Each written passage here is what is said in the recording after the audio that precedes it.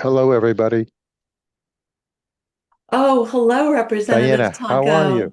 It is so How are good to, you? I'm doing well. It's good to join all of you. Oh, I'm so glad. We really are just so honored to have you with us. Well, we'll try to do a good job. Yes, we will. Everything going well? Yes, we have it's a challenging environment, but we're pushing pushing through it and still working hard to support science and Oh my make sure God. that people get the Like services that they science, deserve. science is kicked under the table these days. So Yeah. not great. I love the Paolo Del Vecchio. I'm jealous. I'm just plain old Paul Tonko. I should be Paolo de Tonko. I know. You It's should, There Representative. you go. Hey, Vanessa, how are you? Kevin, you're well, I hope. Great. Good to join you all. Yes, these are our speakers here. And Excellent. Deb Horry is here also, but she went off video. So we're just people Hopefully are I'm coming back into the now. I got platform. booted off. Oh, that's fine. Hello, Deb. Good to see you again. Good to see you. So people are getting onto the platform now. So far Good. as 173 and counting.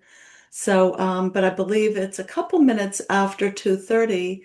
So we're going to get started. And Representative, do you mind if I give opening remarks first? No, please. You're That's okay with great. that? All right. Do you want me to mute now?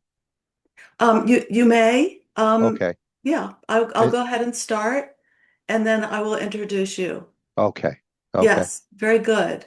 Well, hi everybody. You're listening to our informal dialogue here. Thank you for hanging in with us. We always give it a few minutes for the platform to fill up because there's a lot of participants in this briefing. This is a part of a webinar series that we're providing to you. It's a six-parter. It might end up being seven parts because we've recently added something, but we will keep all of you posted about what we are doing here. This particular briefing is protecting federal leadership in addiction science and public health. So I just want to say good afternoon and thank you for joining us for this briefing on the essential role of federal leadership in addiction science and practice. I am Diana Fishbein, otherwise known as Denny. So don't be confused if people refer to me as that. My affiliations are here on the slide. I have spent the last 40 years, yes, conducting research on addiction and related issues, and I've been largely funded by NIH, ONDCP, SAMHSA, foundations, and other sources.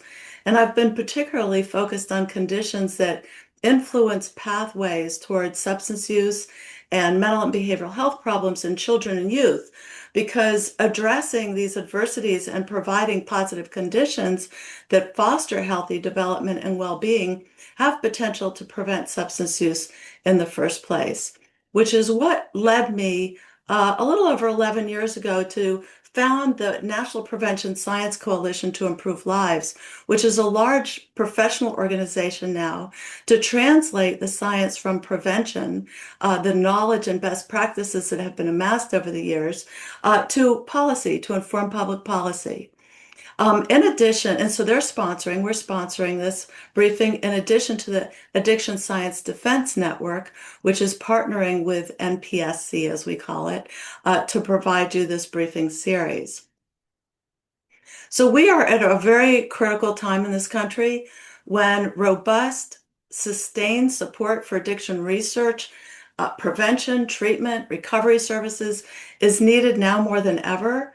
But despite the need, supportive infrastructure for research and programs and services that treat people suffering from addiction and prevent opioid overdose deaths and divert youth away from substance use is being dismantled without consideration for all of those individuals, families, and communities that continue to face the devastating impacts of substance use disorders.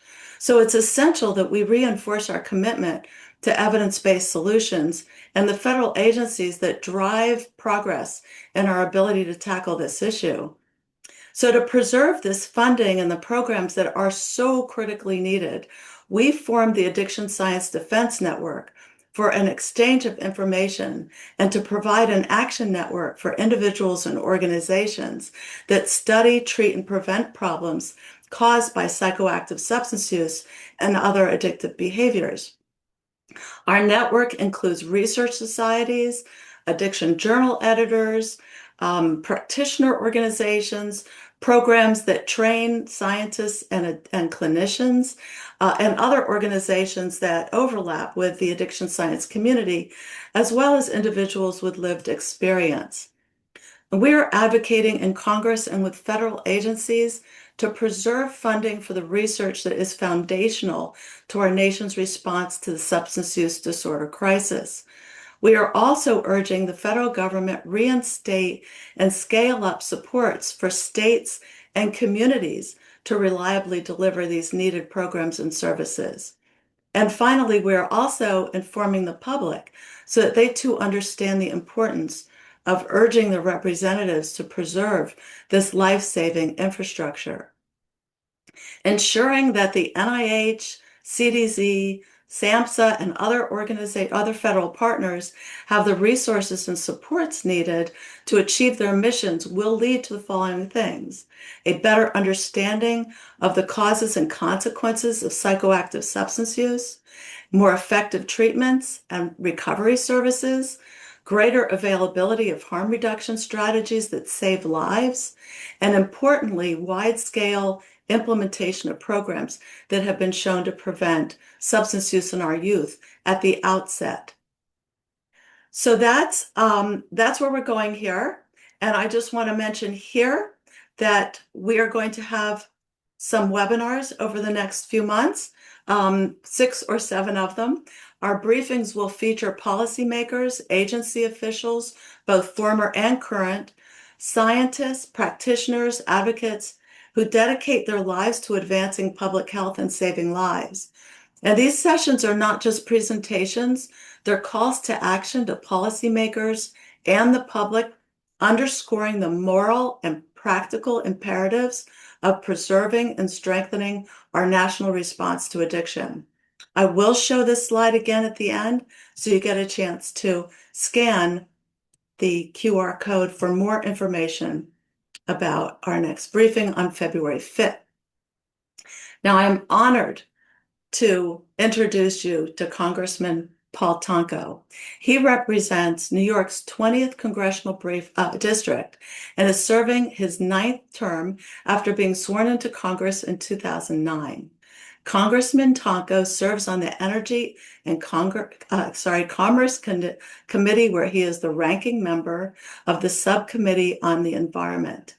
This 119th Congress, he was selected to serve on the House Budget Committee. He also serves as Democratic Deputy Whip for Policy that works on the coordination and planning of the House Democratic Caucus's policy. One of the reasons why we are so honored to have him speak today is because he is the Democratic co-chair of the Congressional Addiction Treatment and Recovery Caucus, which educates and raises awareness among policymakers about addiction prevention and treatment for substance use. The caucus aims to stop the devastating substance use trends in the United States by bringing awareness to this cause and changing the stigma associated with addiction and mental illness. We were also pleased that in 2019, he and the caucus sponsored one of our briefings on the policy relevance of the distinction between addiction and dependence, which you can find on our website. So, Congressman, I am going to stop my share so that you can speak to all of us. Thank you so much. And I appreciate the invitation, Dr. Fishbein, Dr. Denny, to join all of you. And thank you for your expertise, your advocacy, and your dedication. And let me just single out the voice, the strong voice for research and resource advocacy, because it's very critical that we respond in full measure to those efforts. And welcome, everyone. And thank you for inviting me to join you here today. I thank you as a National Prevention Science Coalition for hosting this forum and bringing us together for this important discussion. And thank you to our moderators and speakers for your given perspective. I also want to thank the Addiction Science Defense Network for organizing this and for your advocacy efforts to preserve funding for addiction research, for treatment, and for prevention. As many of you know, I serve as co-chair of the Addiction Treatment and Recovery Caucus and am a longtime champion for mental health parity and access to treatment. In fact, my fights for parity began in the New York State Legislature, where we had a multi-year battle to get that done, and one of the first in the country to really make a sound statement on mental health parity. I am indeed proud to continue our long-standing bipartisan commitment to expanding access to evidence-based addiction and mental health treatment and reducing the stigma that surrounds these diseases. Today's briefing comes at a critical time when we need to reaffirm and restore the federal government's commitment to support funding research to better understand the drivers of addiction and best practices in treatment, recovery, and prevention. I have long believed that the federal government must step into the lead and fill the gaps to ensure treatment is accessible and affordable for each and every American.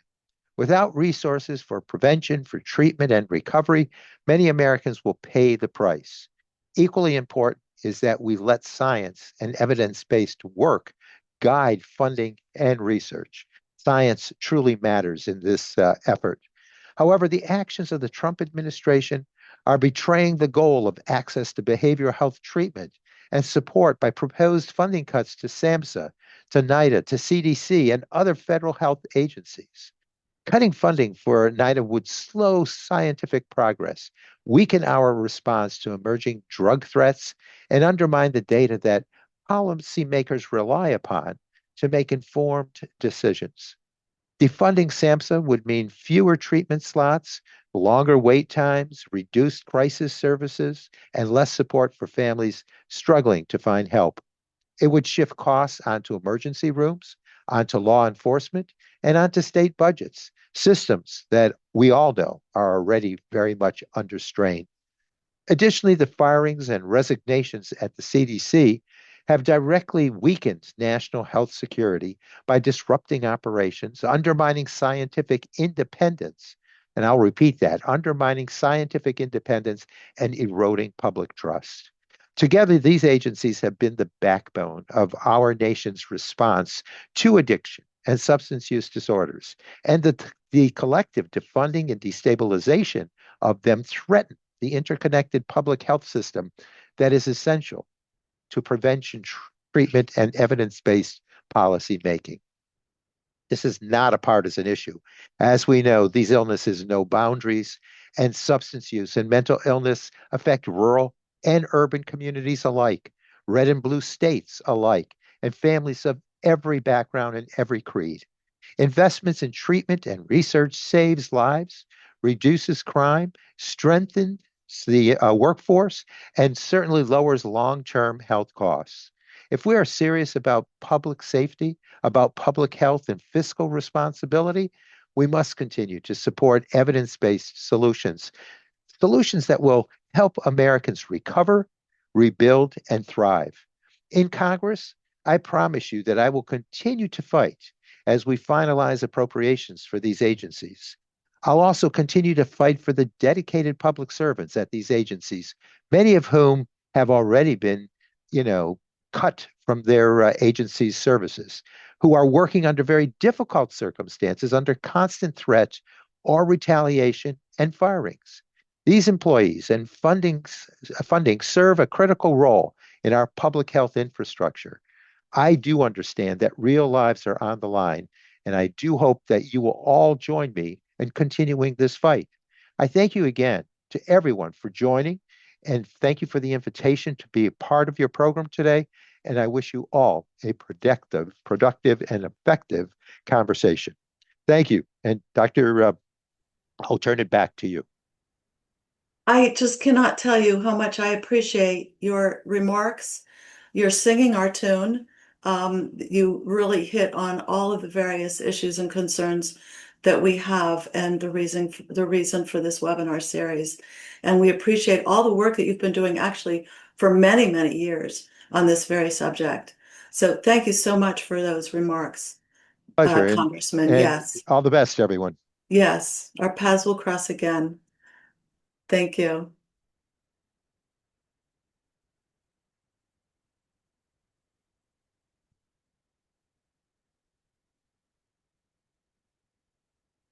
Okay, so we are back, and I will now go to just pictures of our experts who will be testifying today. Each of them will be introduced in turn. Their full bios will appear on our website. So as not, they all have very extensive bios. And so as to not take up too much time, very brief backgrounds will be introduced for each speaker. And just a little housekeeping, because that's what I do, is I do want you to feel free to message each other in the chat. We've made that option available to you.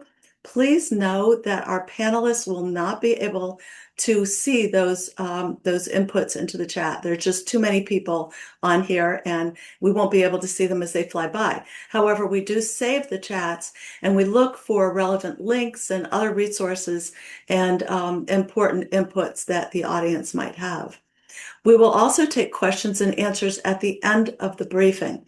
You may submit your questions, which will be held in queue until that time. Submit them, please, to the Q&A, again, not the chat, and we'll address as many as possible at the end. Some we may be able to address in writing without waiting until the end.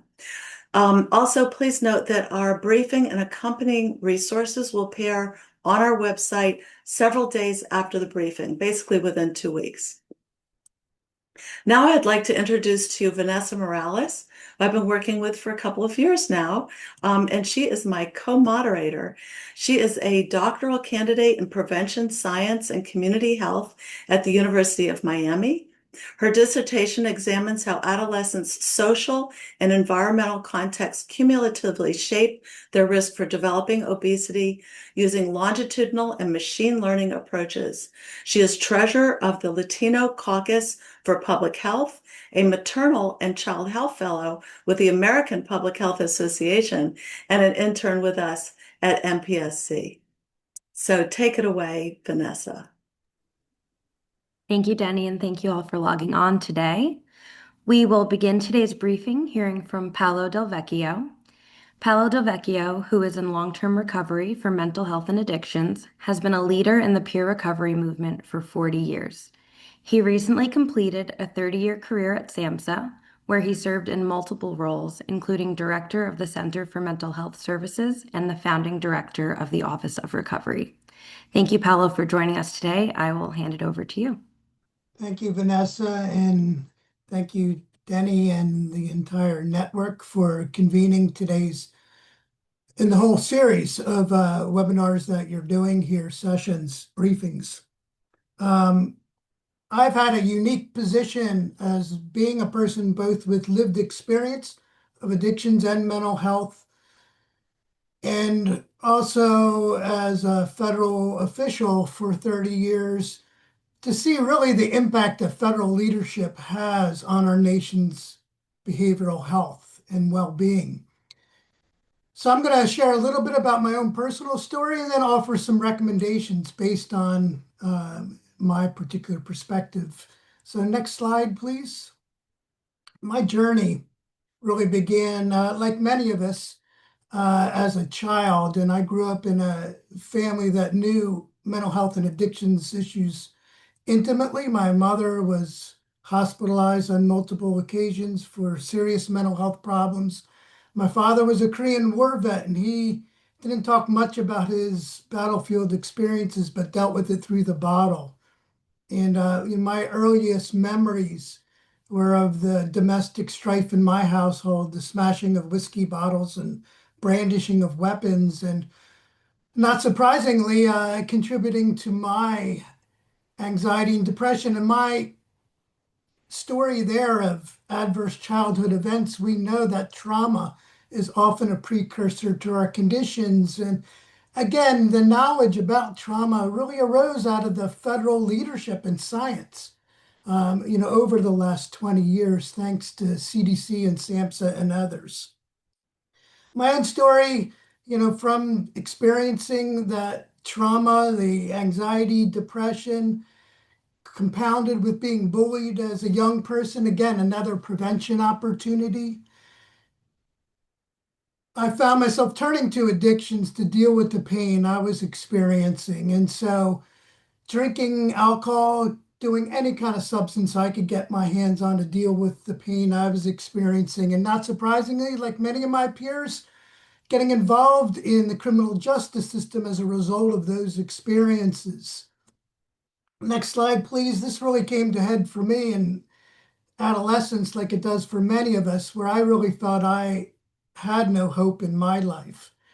And, two messages I really want to leave here today is the importance of hope and healing and what federal leadership is so crucial to support hope and healing for Americans with addictions and mental health issues and their families. And so for me, not having, we talk about key things that support recovery and wellness, and those are healthcare, access to healthcare and behavioral healthcare, housing, employment, social supports, and I had none of those things. I felt my life wasn't worth living, and I saw no sense of future in my life. Next slide. I made a plan to end my life. I found myself on the platform of a subway station in North Philadelphia, getting ready to take that step in front of that subway train. And the thought of my mother pulling me back from that ledge, and I say that because the importance of family supports, and again, another protective and risk factor if we look at prevention issues, certainly family support, caregiving support is so crucial. I went back to try to get some help at a treatment center, and they told me, come back in 30 days. We have an opening then. But what I found there changed my life. And that was a job. And that was a job at a local mental health addictions program that was supported with federal resources. And, the importance of looking at those social determinants. Here for me, finding employment was critical for my own particular recovery. And through that, I found that recovery was possible, that services and supports that were federally, due to federal leadership, were available to help me overcome my issues. And I dedicated my life and career, after that to addressing mental health and addictions issues and found hope and healing and recovery. Next slide. My own story again, I ended up working 30 years at SAMHSA in many different roles as the director of the Center for Mental Health Services, as well as the executive officer of the agency and the founding director of the Office of Recovery. And, the proposals that are out there, as Representative Tonko discussed and Denny as well, to, in fact, eliminate SAMHSA entirely. And what a injustice, frankly, that does to the millions of us who live with these conditions and our families. There's never been a more time that we need federal leadership continuing to be strong instead of taking a step back. And frankly, that's what we're seeing with this administration is a return. This is not making America healthy again or making America great again. This is worsening a situation that's in crisis in many communities. Thankfully, for my own federal leadership again in the past, I found hope and healing. I got access to healthcare. I have family. These are pictures, of course, from my own family, and been married for almost 30 years, raising 3 children who are young adults themselves right now, owning a home of my own. This is the American dream because of the federal leadership, the opportunities that I was able to participate in. Next slide, please. These are huge, challenging times for many of us. If I consider this an age of anxiety and fear and the trauma that I talked about. I mean, these are just some of the factors that we're all facing. Gallup poll last year said the importance of hope and healing for people. And this, again, this is a key role for federal leadership, is to provide that hope. Next slide, please. just last month in December, Gallup released another poll survey findings that said that mental health ratings in the US had a historic lows since they began tracking that data. We continue to lose too many to overdose and suicides. This is not a time for federal retreat when it comes to mental health and addictions. In fact, we need to step up. Too many of our nation's youth in distress, too many turning to substances who are not finding hope, that are in emotional despair, that feel helpless and hopeless. Next slide, please. So based on my personal experience, as well as the policy experience of 30 years, I do think we need to do a lot to, in fact, improve the addictions and mental health care in this country. We need to, in fact, make recovery as long-term supports, getting people healthy and well as a priority for our systems.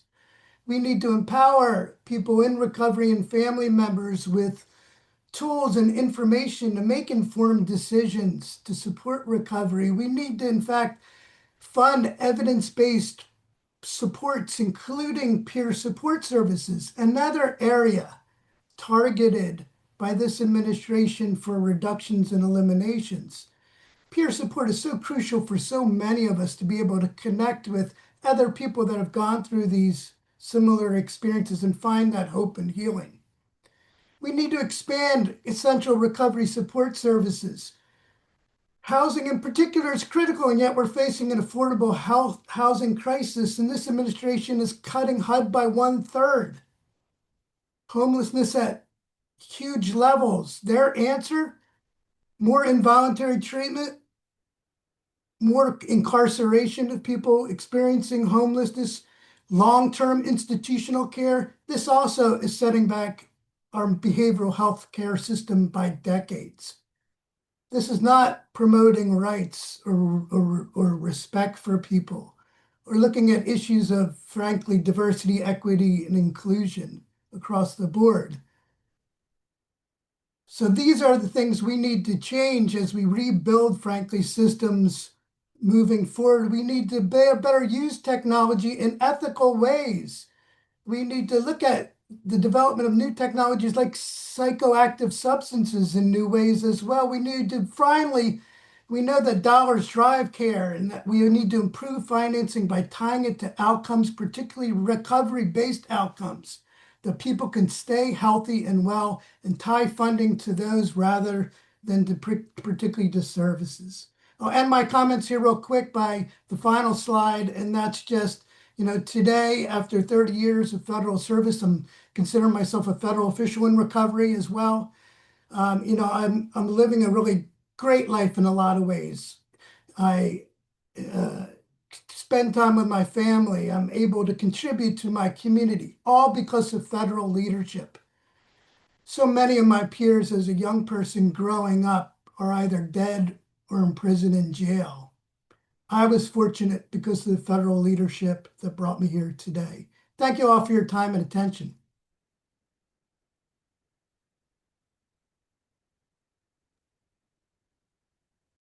Thank you, Paolo, for sharing that very crucial perspective. Our next speaker today is going to be Dr. Deborah Oury. Dr. Oury is a nationally recognized physician and public health executive with nearly 3 decades of leadership spanning federal government, academia, nonprofit organizations, and frontline emergency medicine. Through her current LLC, she is a senior advisor to governors, states, and regional organizations on health policy and access, data modernization, preparedness, and incorporating technology into health systems. As the former chief medical officer and acting principal deputy director of the Center for Disease Control and Prevention, she guided the agency's scientific and programmatic direction, overseeing a $6 billion portfolio across 9 national centers and more than 10,000 staff. Thank you, Dr. Oury, for joining us today. Thanks so much for having me. And Paolo, thank you for sharing such a powerful story, and Congressman Tonko for your leadership, and certainly Denny for your vision. I'm doing this from a hotel room, so I'm hoping that my Wi-Fi holds out for this. But today I just wanted to talk about CDC's really important role in preventing overdose. Next slide. So CDC uses the same data-driven approaches to prevent overdoses that public health has used to fight infectious diseases over the last century. And these approaches are working. CDC's most recent data predict a 24.5% decline in overdose deaths in the last 12 months, ending in April 2025 from the same period 1 year prior. But we can't stop. Overdose is still the leading cause of death for Americans aged 18 to 44, and the U.S. overdose crisis continues to evolve with new substances, shifting use patterns, and widening geographic variation, demanding faster, more coordinated public health responses. Next slide. As we see, CDC really has been leading the approach on detecting these patterns and using data, which are so incredibly important for driving action. We have seen changes in patterns with things like reemergence of carfentanil. We've seen adulterant shifts, things like xylazine to medetomidine. And we have seen, based on a lot of the qualitative work that we do in states, that circumstantial data and drug use patterns can differ by geography. We need this information to be able to inform prevention efforts. Without this data, prevention efforts will falter. Next slide. What I think is really important about CDC is that 80% of CDC funding goes to states and communities. If there are budget cuts, communities and states will face these cuts immediately, and that funding won't go where it is needed. Through CDC funding, currently about $280 million goes to 90 health departments, including 49 states, 40 localities, and DC. This is used in different ways, including within 6 months last year, CDC's grant recipients distributed over 1.2 million naloxone doses to community-based organizations and criminal justice-involved settings and facilitated over 111,000 linkages to life-saving care. CDC also provides support for state and local emerging drug response task forces. This allows task forces to identify emerging drugs in their jurisdictions and coordinate response efforts, including clinician education and guidance on management of these emerging drugs, and notification to community-based prevention organizations on the associated risks. CDC supports innovation through the Overdose Response Strategy, which is a national network of public health and public safety officers. And together, the Overdose Data to Response Action through CDC and the Overdose Response Strategy really provides that critical infrastructure for surveillance, coordination, and rapid intervention. Next slide. CDC is always known for its data, and when it comes to overdose, this is no exception. CDC operates the fastest, most comprehensive data systems for overdose prevention. This really helps uncover the emergence and spread of synthetic opioids like fentanyl, as well as xylazine and other drugs. These discoveries guide public health response and law enforcement actions. You must have data to drive action, and so state and local public health departments with CDC experts use this data to concentrate overdose prevention efforts where it's needed in communities. Without having this data, communities would not be able to target interventions or know when evaluations are working. Next slide. As we're talking about potential budget cuts and also the reorganization, Paolo mentioned, SAMHSA going away. If CDC's injury center efforts go away and or are moved to the potentially of AHA, what we will see is things like lab capabilities will go away. Right now, CDC's lab expertise helps jurisdictions stay at the cutting edge of identifying and responding to emerging drug trends. CDC laboratory staff regularly create and distribute updated overdose reference kits to laboratories across the country at no cost to states. And the grant also funds lab testing and comprehensive post-mortem toxicology to identify emerging substances involved in non-fatal and fatal overdoses. No one else has this laboratory capacity other than CDC. And when you talk about emergency response capabilities, it's an all-in agency response to provide expertise on surges in overdose.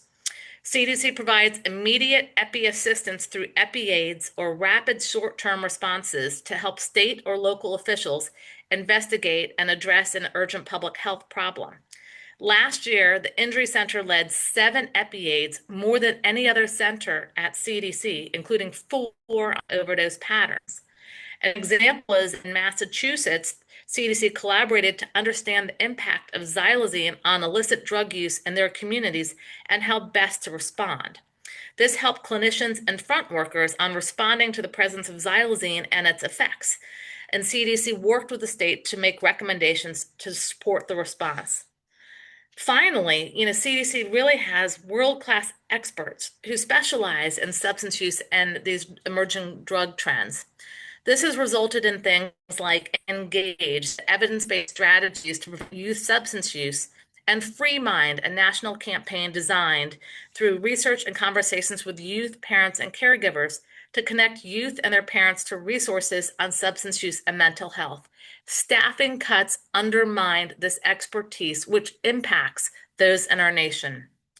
Without CDC's expertise, we lose the ability to drive action, target resources, and strengthen coordination. Thank you.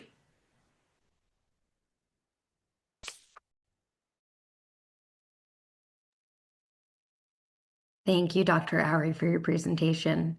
As a reminder for everyone listening, full biographies for each of our expert speakers is available on our website. We will continue the briefing with Dr. Kevin Shield. Dr. Kevin Shield is a senior scientist and head of the Pan American Health Organization Collaborating Center at the Center for Addiction and Mental Health. Dr. Shield leads monitoring efforts on alcohol and drug misuse and their associated harms in the Americas and globally. His research evaluates the effectiveness of public health policies, such as taxation, screening and brief interventions, and expanding access to pharmaceutical treatments for alcohol and drug use disorders in reducing alcohol and drug-related harms. Dr. Shield, the floor is all yours. Thank you for having me. Next slide. So alcohol, drugs, and tobacco cause an immense amount of harm across multiple domains. And the first step that research plays in reducing these harms is the measurement. Because if you want to change something, you first must measure it. In terms of the health of the user, alcohol causes over 100,000 deaths per year, drugs over 135,000, and tobacco over 350,000. But the harms don't stop with the user. They extend to the family. Indeed, many domestic assaults occur when the assaulter is under the influence of alcohol or drugs. Alcohol and drugs and tobacco also have a broader societal effect and a negative impact on the workplace. Many workplace injuries occur when a person is intoxicated with either alcohol and drugs, but it doesn't stop there. Alcohol, drugs, and tobacco also put an immense strain upon the healthcare system. They also result in large economic costs. For example, alcohol is responsible for about $250 billion per year in economic losses, which equates to about 1 to 3% of national GDP. All of this is potentially preventable. And lastly, alcohol and drugs have an immense criminal justice cost. Indeed, many violent crimes occur when the person committing that crime is under the influence of alcohol and or drugs. Next slide. But the next step that we need to also take is focusing on these individual areas and improving our understanding about how alcohol, drugs, and tobacco impact each of these areas. And I'm going to focus in on health here. Well, a lot is known about the impact of tobacco on health. Less is known on the impact of alcohol on health, and even less is known on the impact of drugs on health. For example, for alcohol right now, a big question is whether consuming less than one drink per day is healthy or detrimental to health. Previously, it was thought that if you consume less than one drink per day, it was beneficial to your health. But emerging research is now calling into question those beneficial effects of alcohol in the heart at low doses. And in addition to this, what's happening is that emerging research is showing that if you do drink less than one drink per day, that can increase your risk of cancer. And so more research here is needed to provide guidance to the American people on how much alcohol they consume and how much that impacts their health, whether or not less than one drink per day is helpful or is it harmful. In addition to this, less is known about drugs. For example, with cannabis, an increasingly popular drug and a drug that's up for legalization in a lot of places, we currently don't know whether or not a person with cannabis use disorder is at an increased risk of depression. This is critical for today's day and age, where depression rates are increasing. Next slide. Research also plays a key role in reducing all of the harms caused by alcohol, tobacco, and drugs, and it does so at multiple levels. Research is needed, as previously mentioned, on the health effects to inform people through public health campaigns about the impact of alcohol and drug and tobacco use on their health. Research is also needed to foster and expand informal community care practices like Alcoholics Anonymous or guidance from spiritual advisors. Research also plays a key role in screening and brief intervention programs by not just family physicians when you go for a checkup, but things like emergency departments where people are there to get injuries treated that may be due to their alcohol use or drug use. Research is also critical for public health policy in terms of putting guardrails on these substances, especially the legalized ones, where we have to determine what the appropriate level of taxation is, what the appropriate amount of restrictions and marketing we should put on these substances, and what the appropriate restrictions in terms of availability of these substances. And then lastly, research plays a critical role in assessing the effectiveness of treatments for these substance use disorders. For example, GLP-1 agonists like Ozempic show promise in terms of their ability to treat substance use disorders. However, more research is needed before that can become a prime time treatment. Next slide. So I've emphasized here today the diverse impacts of alcohol, drugs, and tobacco. It doesn't just affect one domain. And because of its multifaceted impact, this problem can't be conquered just by one agency alone.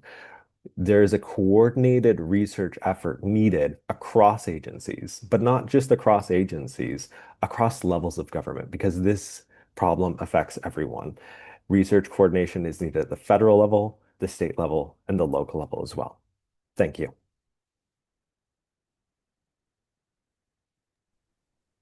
Thank you so much, Dr. Shield. Our next speaker is Dr. Jeremy Bray. Dr. Bray is the Forsyth Medical Center Distinguished Professor of Economics in the Bryan School of Business and Economics at UNC Greensboro. He conducts research on the economics of health behaviors with a primary focus on the economic evaluation of behavioral health and workplace interventions. Welcome, Dr. Bray. Thank you, Vanessa, and thanks everybody for having me. We can go on to the next slide. So what I want to talk about is how addiction research can help the American taxpayer. And there are several economic benefits to it. We've touched on some already, but let me just give us an overarching framework. All government spending contributes to our gross domestic product in some way. This is expansionary fiscal policy. And so any funding by the government on addiction research science will expand jobs and economic growth. But more than that, the addiction science promotes innovation, and this innovation grows the economy in the future through science and innovation and research and development. And that can be very powerful and is one of the reasons scientific funding from the federal government has had such strong bipartisan support historically. And then finally, we can touch on something that is almost unique to addiction science and has already been touched on some by Dr. Shield and others, and that is addiction science helps combat the economic harms and social harms of addiction. Next slide, please. Thank you. So let's talk a little bit about the economic impact of research funding. This is the immediate impact generated by funding a grant. And we know that from United for Medical Research, we know that about every dollar of NIH funding generates $2.56 in economic activity. And in fiscal year 24, NIH research funding generated over 400,000 jobs. Now, if we look at that in terms of NIDA and NIAAA and assume that it's a proportional effect, in early 2025, NIDA and NIAAA had about $34 million on unexpended grant funds that were terminated or delayed. And although some of that's now being reinstated, if that continues, if those funds are not expended, that could result in almost $87 million of lost productivity. Next slide, please. But now, if we think about innovation and future economic growth, this is where we really see big benefits of scientific funding. Gonzalez Garcia and colleagues at Institute for Macroeconomic and Policy Analysis did an analysis looking at forecasting what would be the effect on future growth in 25 to 30 years of cuts to non-defense research and development funding by the federal government. If we look just at the funding by NIH, which is one of the largest, if perhaps the largest source of scientific public funding, nope, not quite yet. Thank you. They forecast what would happen with a permanent 50% cut in the NIH budget. A permanent 50% cut in the NIH budget would reduce America's gross domestic product in 25 to 30 years by about 3.65%. And that in turn would reduce federal tax revenues by around 4.15%. Now, a 50% cut compared to 3.65 growth or 4.15% revenue may not sound like a lot, but 50% cut to the NIH budget is about $24 billion per year. 3.65% of America's GDP is $1.16 trillion per year. And 4.15% of federal revenues is $216 billion per year. Again, if we think about this as proportional to NIAAA and NIDA and think again about that $34 million cut, that $34 million could cost the U.S. over $1.6 billion in lost GDP in 25 to 30 years and $306 million in lost government revenues per year over the next 30 years. Next slide, please. Now, we've touched some already, and Dr. Shield did a great job of touching on the harms, the health harms and the economic costs of substance use disorder and addiction. And I had intended to make this a little more of a personalization of it. But Dr. Del Vecchio did a fantastic job personalizing that as well. So let me stick with being an economist and put a dollar value on this. I want to point out the 1987 Amtrak Colonial crash. Now, in that crash, a freight train collided with the Amtrak Colonial. It killed 16 people and injured more than 175 people. And the engineer and brakeman of that freight train both tested positive for marijuana. I pulled from a recent news story. I'm not going to tell you her name or city to protect her identity, but this is a true story. An 18-year-old high school senior suffered a severe traumatic brain injury after being hit by an underage drunk driver. And now she cannot talk or walk and requires 24-hour care. That Amtrak crash resulted in over $66 million in legal settlements And one traumatic brain injury cost can reach over $4 million. The interventions that NIH has developed through NIDA and NIAAA and that SAMHSA has implemented help reduce these costs and reduce this human suffering caused by addiction. Next slide, please. And so this is my final slide. I'm going to leave you all with an action item to do, and that is, we need to save addiction science funding because it improves the economy and it saves lives and money. The average average amount of an award for a NIDA or NIAAA research grant is a little more than $600,000. If we can prevent one traumatic brain injury, that can fund more than 6 research grants. And we prevent one Amtrak colonial crash, we can fund more than 100 research grants. And I know NIDA and NIAAA have done work on underage drinking, on drunk driving, on treatment. SAMHSA has done work through its workplace programs group on working with the railroads to prevent things like the Amtrak colonial crash. So we need to continue funding this work. And it's important that this work be independent and scientifically based because that's how we will see those huge gains from future innovation and research and development. And I'll stop there. Back to you, Denny.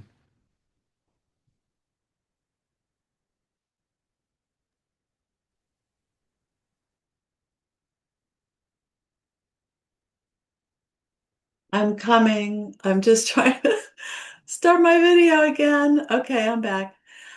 Jeremy, thank you so much. Thank you to all the speakers. This was just a tremendously valuable set of talks that are very compelling regarding the need to continue federal support.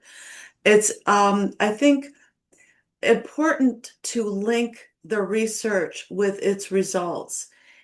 Research isn't just for esoteric purposes. Research leads the development of more effective treatments, preventive interventions, recovery services, and harm reduction strategies. Without the research, we don't have these programs and we don't know how well they work. So the research, is important for the development of these programs and services, but also important to determine how well they're working and for who and in what environments and in what settings. So research is needed all across the board in order to quell the substance use crisis in this country and globally. And I think that the speakers today really pointed out and really made clear what those linkages are and how vital it is to the quality of our lives, and especially to people who suffer. And I will just mention again the need for prevention so that we're not just reacting to a problem that's already entrenched, that is already fully developed after the fact, after someone becomes addicted to a substance, but rather that we're helping to find pathways for youth that are healthy, that lead to positive outcomes, that involve providing positive conditions for young people so that they don't go down this pathway in the first place. That is where the cost savings can really be seen. So with that, if you've had a chance now to look at the next briefing and scan the QR code, I'm going to stop my share and see what questions we can address as a panel.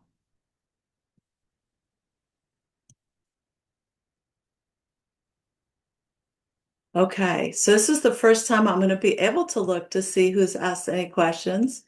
But I want to just thank all of our speakers again. It was just highly valuable. Let's see. There seems to be one open.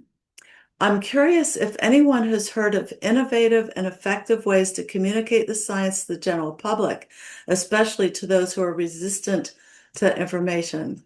That is an excellent question. Who would like to tackle it?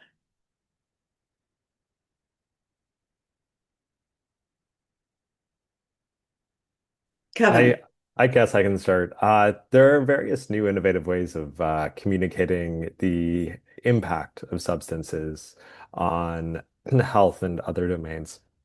One that's really interesting that is an up and coming one, but there's not enough evidence to suggest kind of a widespread implementation of this intervention, is warning labels. It worked for tobacco in terms of alcohol. The studies have shown that if you put a warning label on the health effects of alcohol, and that includes its carcinogenic nature, etc. This disseminates that knowledge to the user. So you're directly communicating to the user instead of a public health information campaign, which tends to reach mainly high socioeconomic individuals and non-drinkers themselves. So you're directly communicating with the drinkers. So for legal substances, warning labels may be an innovative and effective way of communicating those health harms. And in addition to communicating those health harms, those studies that looked at labeling also showed that the labeling decreased alcohol consumption. So the information got transmitted, but it also led to action in terms of people changing their behaviors. Danny, can I add on to that as well? That I think one of the things in terms of addictions and mental health as well, of course, that makes our field a little bit more unique is the stigma associated with the conditions. And certainly, public education, public attitudes have, drive a lot of that stigma, which translates into policy implications as well, such as funding cuts and the like. From studies that, in fact, NIH has supported, we know the most effective way in terms of reducing stigma is self-disclosure. When people like myself and others, in fact, are open about our conditions, it reduces those negative attitudes. So I think that's one innovative strategy that we can look to do more of. Excellent. Excellent recommendation. It's really important that the public clamor for the funding for research and treatment and prevention, given how impactful it is in their communities, and to really understand those linkages between the federal funding and what we see on the ground in communities. And so really getting that across the public, I think, is really vital to this whole effort. It's not just a top down, it's a bottom up. Yeah. So let's see if there are any other questions. How do we best advocate for this work in the current federal context? Another excellent question. I can try to start that one. I would say a couple thoughts. One, local is better. So, like, if you can speak to your local congressional members about the impact in that community, or your senator about the impact in that state, making it about their constituents, that's really important. And I think, you can talk all you want about data and science, but you have to talk about saving lives. And so the more you can personalize it and share stories, that's what really, I'd say, resonates with a lot of the congressional stakeholders. It's not about the funding, it's not about the staffing cuts, it's what's the impact in communities. Exactly. It needs to be relatable information and digestible at all levels of understanding. So these personal stories are absolutely key. I've been told that by, I can't tell you how many legislators, that they need to hear the personal stories. So anybody else want to tackle that? And I'll look for the next one. Well, Okay. Denny, I'll throw in a plug for also talk to your representatives about funding for the science to advance the practice. The practice around mental health and addiction treatment has improved dramatically in the last 50 years, and that is because of the funding, federal funding for this work. And we still have a long way to go. So we need to continue finding evidence-based treatments and prevention strategies to combat those very real personal harms that are compelling stories But we need to do more than just lock people in a room until they're sober. That does not work, and we know that does not work. And we have things that do work, and we have things that do work because we have funded the science to figure those things out. Exactly. It would be really a travesty if we were not to have the science and the measurement and the data to check ourselves to see if what we are investing in is working, because otherwise we don't know the consequences of the policies that are being enacted. And they can continue even though they may have no effect or they may actually be detrimental. So the whole full spectrum of science to practice, to understanding in the public arena is really essential. So this question really piggybacks on the one that you just addressed, but I feel that it's an important one to raise. How do you suggest we promote this evidence-based knowledge when there is such contradictory information provided from many in power? For example, the new U.S. dietary guidelines have taken away limits on alcohol. This is a shift from previous guidance. And broadly, do you worry that this can lead to a reduction in funding to alcohol use?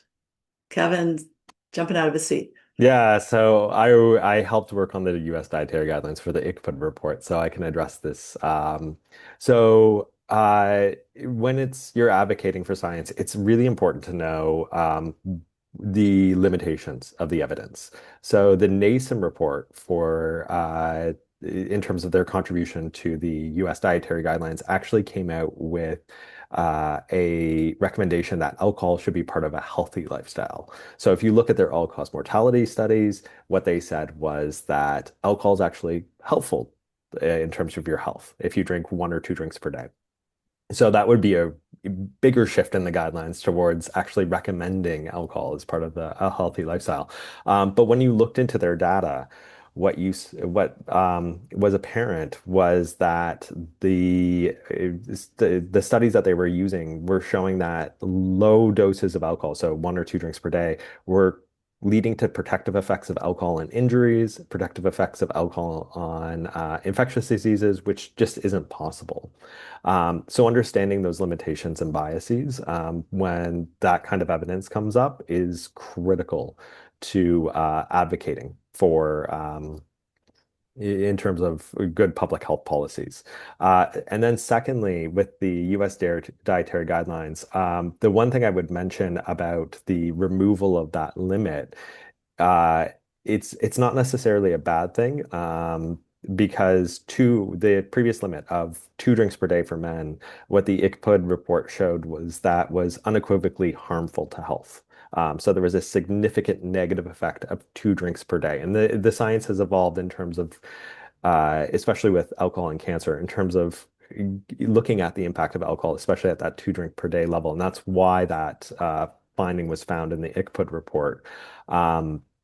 So the removal of that limit is good. But then with the removal of that limit, the problem is it doesn't give a risk quantification or like a risk zone approach where people are now confused about how much should I drink, how much is healthy, how much is harmful. And I think even though the guidelines say less is best, the question then becomes, well, if I drink 2 drinks per day, is that actually bad? If I drink 3 drinks per day, is that bad? And unequivocally, those are very bad amounts to be drinking. And so more advocacy is needed there in terms of making sure that that kind of risk is communicated, that if you do drink 2 drinks per day, that has a very harmful effect on your health, and nobody should be drinking that in terms of their health. And that at that level, a brief intervention from a physician actually may be effective. Great answer. Great answer. And from your knowledge base, a pretty significant response. I know the next question is specifically for Jeremy, but I see you typing an answer, so we'll leave it at that. And then Aaron, one of our ASDN colleagues, sorry. What can scientists, trainees, and community members do to protect funding for addiction science?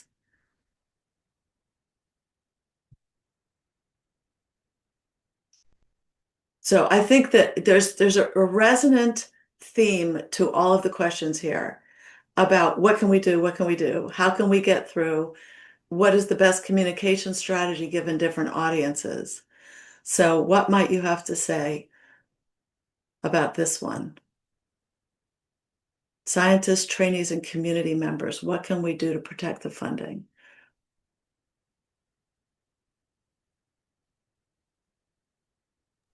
I can just start here and then Deb perhaps could follow. Yeah. So raise your hand there. I think, today demonstrates what science can bring to the conversation about funding and the like, and providing the kind of evidence and data. I mean, having the economic impact data here that we heard, just one example, is incredibly valuable. And so, are there ways that scientists can gather that data and then bring that to the advocacy community members and others in simply digestible formats, using mediums like social media and the like, since that's where people do go to get their information these days. So those would be a couple suggestions I would offer. Deb? I agree 100%, Paolo. I think the only thing I would add is people need to use their voice. I have just been seeing that, oftentimes scientists, think their work is to like write a paper or do the good research or get a grant versus speaking to the media or speaking, to policymakers. And certainly not Denny's organization, but many organizations have been silent during this administration.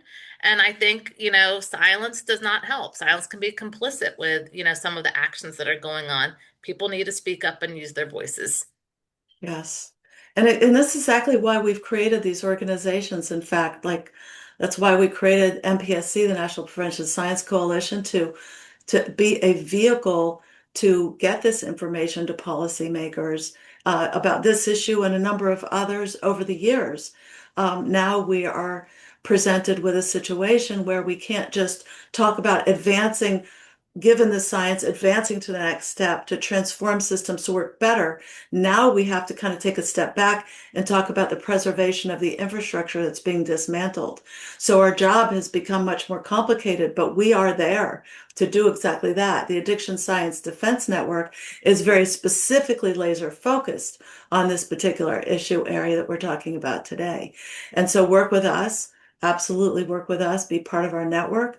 Work as little or as much as you want. We can be your voice.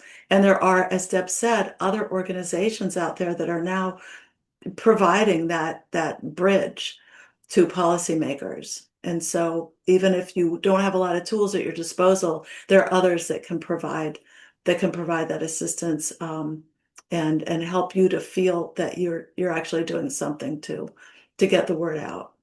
So, and of course, voting and other ways, letter writing to your representatives. There are like a lot of different tools in the advocacy toolbox. Yes, Kevin. I also just want to emphasize that, and this is one of my pet peeves with the current scientific landscape, that better integration of knowledge users, so advocacy groups and research projects are needed. And that doesn't start when things are being published. I think that if you're a scientist and you're coming up with ideas and you're submitting grants for funding, that you need to be in contact with those knowledge users and state decision makers already. How best can you design your study to make sure it impacts policy and provides the best information possible? That is excellent piece of advice. Excellent. And we're really trying to encourage people to work that into your proposals, to include communication, dissemination, advocacy, and that understanding what the translational process is. If you do this basic research, what does that mean for communities? What does that mean to, the targets of your research in real time, in real life? And so we need to, connect those dots in our own research. Is very critical. That's an excellent answer to Aaron's question in particular. So, no, Carrie, another one of our close colleagues. We've heard strong evidence today about importance of federal investment in research, prevention, and treatment. Could the panel speak to how community-based recovery, Fellowships and peer support networks complement CDC and SAMHSA's work, particularly in sustaining recovery after formal treatment ends and what risks we face if these relational infrastructures are underfunded or overlooked. I'll jump in on that one. Yeah. And just say, it's clear the evidence, again, because of federal investments, that we know that peer support is critical for people's long-term recovery. And the development of grant programs like SAMHSA's Building Communities of Recovery grant program are essential to help expand those peer support opportunities across the nation. And of course, those are some of the grants that are targeted for complete elimination under the new under this administration. I'll say that if those grants were to go away, and what those bring to the research table, for instance, a lot of these recovery organizations partner with NIDA and NIMH and NIAAA to look at how do you get people to recover and stay healthy and stay well. And if we lose that connection, we lose that opportunity to really look at long-term wellness for individuals. So those particular peer support communities and fellowships are critical to achieving the wellness goals that we really need to focus on here. Yeah. Yeah. Can I add one other thing, Danny, we haven't touched on yet? Mm-hmm. That's SAMHSA's National Survey of Drug Use and Health. Yeah. And NISDA survey is, again, such a critical data collection tool and includes data on supports and recovery and things like that. And of course, we've seen half of SAMHSA staff eliminated. There's not been an administrator, an assistant secretary for mental health and substance use appointed. We had half of the staff that administer NISDA laid off. And this really puts that critical survey at risk that provides, that information, that data to track what's happening across the nation. This really puts a lot of our work at risk, frankly. And so, I did want to make sure that we mentioned NISDA here today. Yeah, absolutely. That was quite shocking, quite frankly. Yeah. So another question about Hawaii's homelessness in District 32, working families, young adults, and kapuna who are disproportionately affected by alcohol and substance-related harms. How can the state of Hawaii better leverage federally funded addiction research through NIDA, NIAAA, SAMHSA to reduce emergency room visits, workplace injuries, and long-term health care costs in our districts?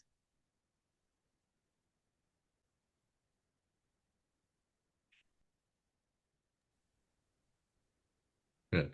That's a tough question It's at a the tough beginning. one. Mhm. And it used to be that the money was there for special populations, for targeted communities. And in my prior life before coming to academics, I did a lot of work for SAMHSA doing cross-site evaluations of their large-scale grant programs. And those were ways that SAMHSA was able to reach communities.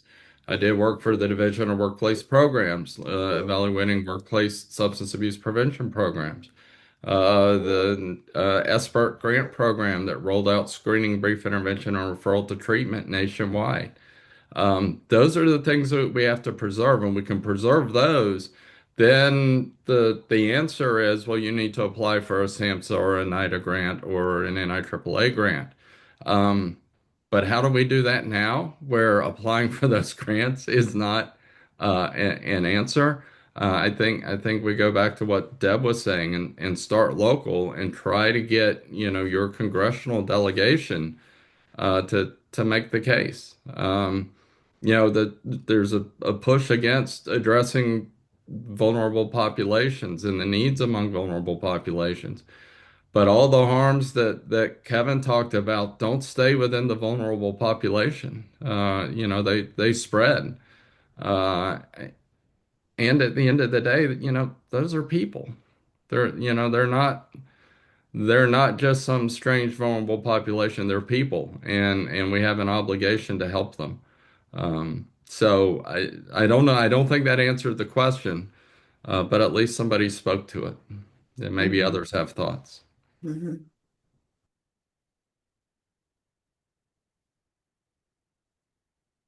I'd echo your comment about working with your states. Obviously, with the Medicaid changes alone that are going to impact the treatment availability for many, states are going to have to make a lot of decisions about what are they going to fund when it comes to services and the like. And now's really the time to advocate at the state level to work locally, as others have said here, is really critical. And the state, given they administer uh, addiction and mental health services, is a great place to start. Yeah, good. All right. I know it's probably not fully satisfying answer, but that's what we've got right now. And I think it was a very important question. And we've, two of the speakers have partially answered it to the best that we can. And we'll continue to look into the relationships and the resources that need to be thrown towards these issues that are so vitally important in our cities and our rural areas and so forth. So Michael Green, another colleague, has asked if I would or others provide an example of research to address the question of what works for whom.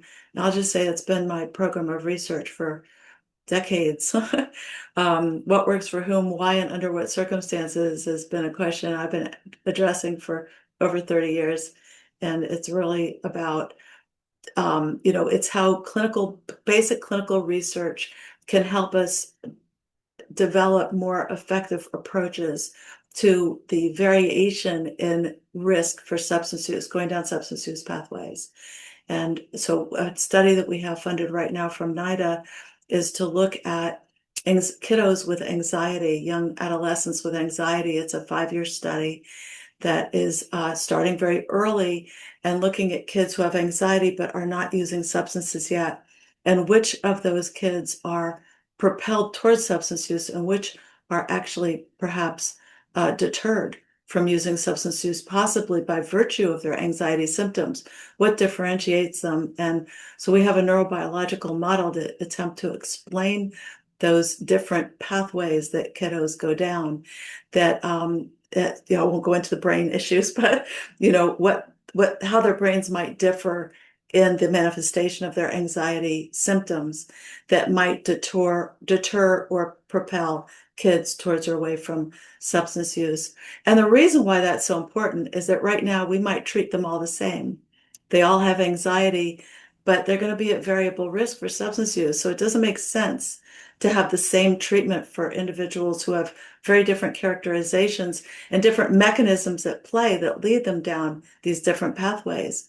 So instead of treating them all the same, if we can determine ways in which their brain development is interacting with their environment, with exposure to adversities and different social and environmental contexts, if we can, ferret this out, then we can provide more precision-based interventions for those kids that really meet their needs, and then have potential for them to go down a healthier trajectory and not use drugs. So it has tremendous clinical implications with, we believe, what we discover here. We're in the middle of the study, but it's just one basic example. Certainly there are lots of them. If we can better understand through research the mechanisms that differentiate people, that's the why part. The what is, what works best. That's the intervention part. For whom? Those are moderators or individual level conditions that determine why people go in different directions. The why is the mechanism that explains how they get to that outcome. And then under what conditions means the circumstances, the exposures, the experiences that individuals have, as well as the implementation quality of the intervention itself. So it's a big equation with lots of different parts that need to be sorted. But that's the kind of research that helps lead to to interventions, programs, and services that are more specifically targeted towards the needs of individuals and subgroups. So I hope that helped and didn't confuse everybody. Yes, Kevin. If I can add here as well, I think when it comes to policy research, it's necessary to understand that no one policy works for everyone. Let's say you scale up treatment. Well, a lot of people don't want treatment. And among those who do receive treatment and want treatment, they're treatment resistant or treatment isn't effective for them. Things like taxation, people often hail as this magic bullet that can solve the problem with alcohol. It can decrease consumption among a lot of people, but some people may be resistant and may shift to other forms of consumption, like unrecorded consumption and mouthwash. And so when we're looking at policies and advocating for those, I think it's really necessary to understand that even though a lot of people advocate for them at their population level effects of how many lives they can save, no one policy is going to address everyone, and multiple coordinated policies are necessary to tackle this problem. Exactly. Yes, which is why we advocate for a comprehensive, integrative, cross-sector, cross-agency approach. And then, of course, there are also universal policies that could help everybody. Even people who aren't at risk could still foster good health and positive outcomes.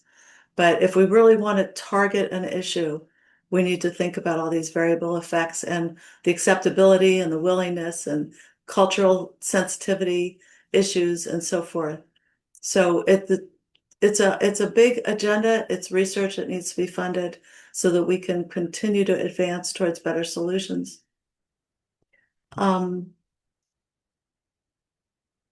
Let's see.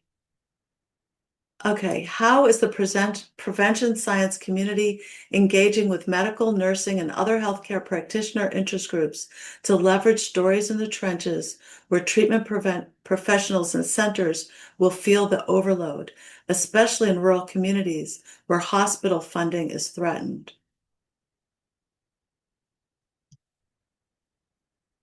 So how is prevention science engaging with these healthcare groups, health providers and healthcare groups to leverage these stories in these different settings?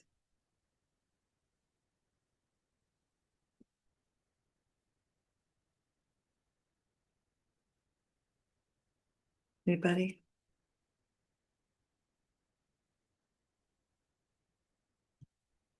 I guess we don't have a ready answer for that. I can say in terms of prevention science that, in general, let me not just say prevention science, fields are still relatively siloed. And it's really important that we begin more to collaborate across disciplines. I mean, we talk about multidisciplinary, interdisciplinary, transdisciplinary. Transdisciplinary is where we're really all working together and have the same, the same goals in mind and can come together around approach and methodologies and so forth, so that we can better leverage these stories. But prevention scientists do tend to work more in the trenches, and healthcare professionals are in healthcare settings, and so we need to share these stories between these different settings, because they'll have different effects, different, I don't know, different levels of if you will, in different settings. So all I can say is that we need to do more of this. Well, and I think focus on community engaged and participatory research, and there for a while that was a buzzword among NIH project officers and grants, and you wanted to be sure you always got some form of community engagement and participatory research element into your grant, and that was a good thing. Those forces within the review panels and within NIH project officers were helping us address things just like that. But now those seem to have become um, forbidden words and things we don't do anymore. Yeah. So, I think we need to bring that back and realize that, we need to engage our communities and our research participants at a very fundamental level. Yeah, thank you for being much more eloquent than I was. I was stumbling over my words trying to pull this together because it is a relatively siloed. These fields are relatively siloed, but we do see that, as you said, Jeremy, community engaged research is conducted more so, I think, by prevention scientists than others. And we will have a briefing on this. It's our fourth or fifth briefing in the series with some experts in community engaged research who will talk about the critical nature of it and what exactly it offers in terms of clarifying these stories and how they're relevant across these different settings. So I guess we'll maybe this one, I guess this one also from Carrie, I'll just say quickly, I think what she's getting at here is what role trauma plays in all of this, the experience of trauma. Paulo did bring his story to light in that regard. So how do you see trauma recovery being more explicitly integrated into addiction policy and practice? And Paulo, you might want to tackle it. Or Deb, go ahead. I was actually going to flip it because I see we're almost at time too. And I just want to say that for many of the staff that were recently fired or retired or resigned, as well as those that are still there in the federal agencies, I think we need to honor and acknowledge the trauma that they have all experienced as well. It has been significant. For those who are still there, thank you. And for those that have recently left, we see you and we appreciate you. There you go. I'll just say, the importance of a trauma perspective in really flipping the script, right? This is what trauma does.